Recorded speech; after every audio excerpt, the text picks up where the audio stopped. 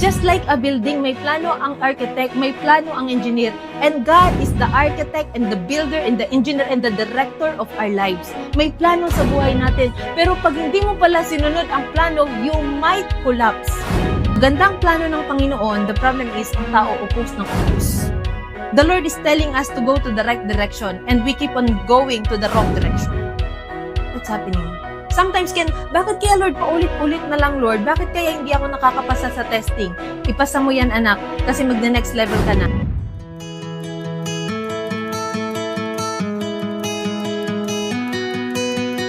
Pwedeng may pangarap ka. Pwedeng ang laki-laki ng pangarap mo. But can I tell you this? Hindi ka pinangarap ng Diyos. At hindi rin nangarap ang Diyos para sa'yo. Why? Plinano ka niya at nagplano siya para sa'yo, hindi nangarap. Anong pagkakaiba ng nangarap sa plinano?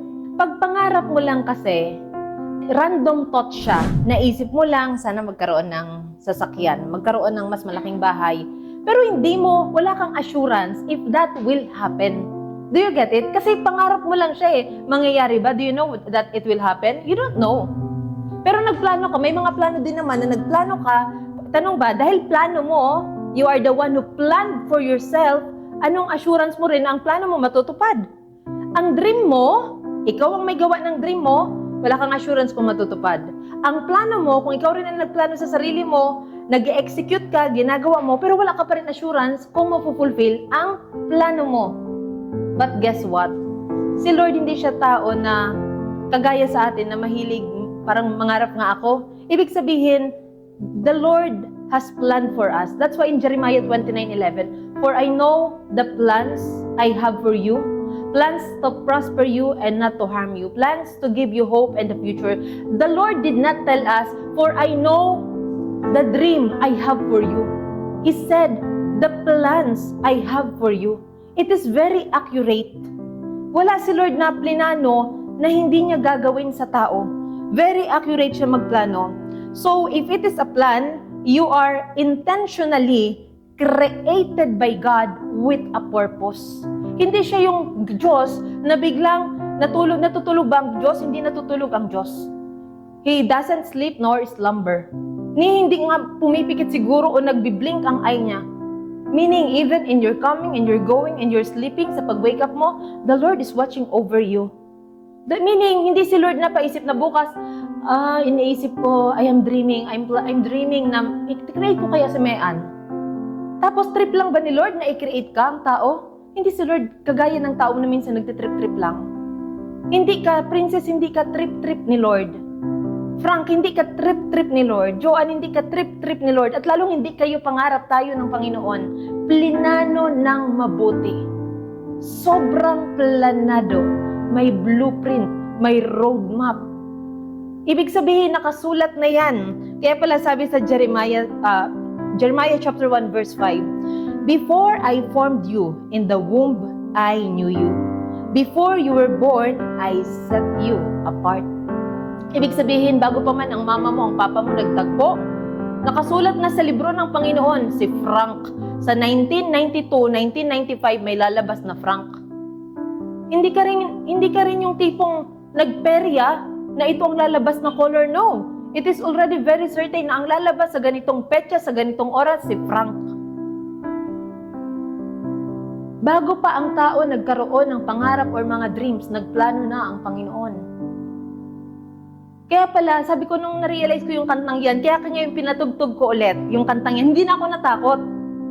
Kasi why? The Lord impressed in my heart, even if your dream may fail, don't worry. Kasi yung plano ko intact na para sa buhay mo. Pwedeng ang dami mong pangarap na isipan mo, na i-imagine mo for your life, for your family. Pwedeng takot ka, hala bawal ako maganto, ganyan-ganyan. Tapos sabihin pala ng Diyos, don't worry. May magandang plano na ako sa buhay mo. Sometimes inisip natin mess.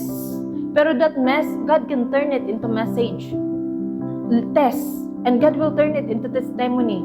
Iniisip natin sobrang hirap. Pero yun pala, don't worry, parte yan ng plano ko sa buhay mo. Lord, kailangan ba Lord pagdaanan ko itong mga sakripisyo, itong paghihirap? Sasabihin, Lord, anak, parte yan ng plano ko sa buhay mo. But, wait lang, kasi klaro natin. Kasi may mga tao din naman na sobra-sobra na talagang paghihirap, grabe na talaga, di na natitigil. Sometimes, may plano ang Panginoon. The problem is, ang tao naman, which is tayo, and I must admit, ako personally din, may guilty din ako sa part na to. The Lord has a plans already for my life. Ako naman create ng plano, which is maganda na ang tao may plano. Pero still, ang magtatagumpay ang plano ng Diyos. But the problem is this. Maganda ang plano ng Panginoon, the problem is, ang tao oppose ng oppose. The Lord is telling us to go to the right direction and we keep on going to the wrong direction. That's happening. Sometimes, bakit kaya Lord, paulit-ulit na lang Lord? Bakit kaya hindi ako nakakapasa sa testing? Ipasa mo yan anak, kasi mag-next level ka na. Just like a building, may plano ang architect, may plano ang engineer, and God is the architect and the builder and the engineer and the director of our lives. May plano sa buhay natin, pero pag hindi mo pala sinunod ang plano, you might collapse. But Lord, biglang nag-collapse because we go against the plan of God.